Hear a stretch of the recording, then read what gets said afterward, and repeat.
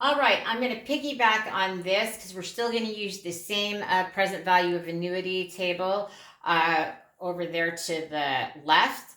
And this is where we're going to, it tells us we're going to just calculate out the internal rate of return method. So we're going to be able to use the present value to compute the rate of return from a capital investment. So they tell us the internal rate of return method is used by Testerman Construction Company in analyzing a capital expenditure proposal that involves an initial investment. So here we're looking at an investment of $113,550.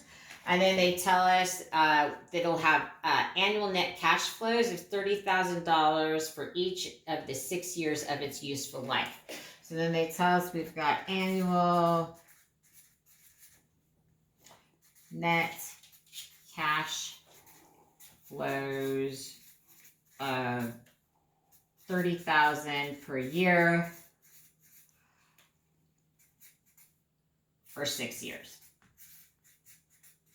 Okay. And then it tells us that in A, they tell us determine a present value factor for an annuity of $1, which can be used in determining the internal rate of return. So instead of starting at the table, we're going to end at the table to determine the amount. So the way we're going to do this, we're doing the present value factor of an annuity. So present value factor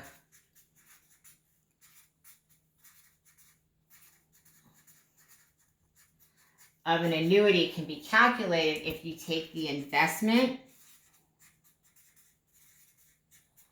and you divide it by the annual net cash flows.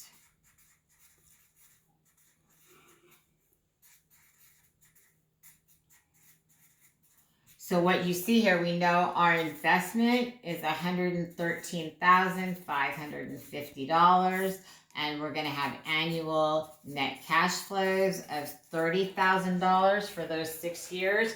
And what we get is 3.785.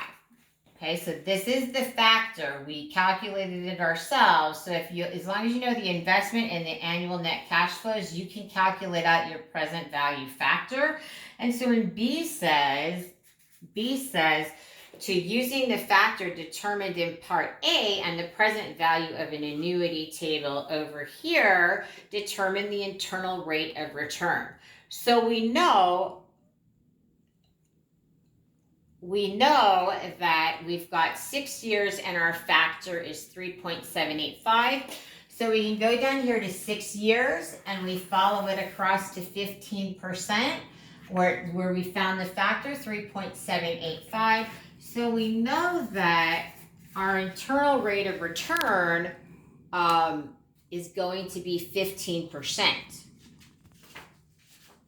And that is how we solve exercise 12-16.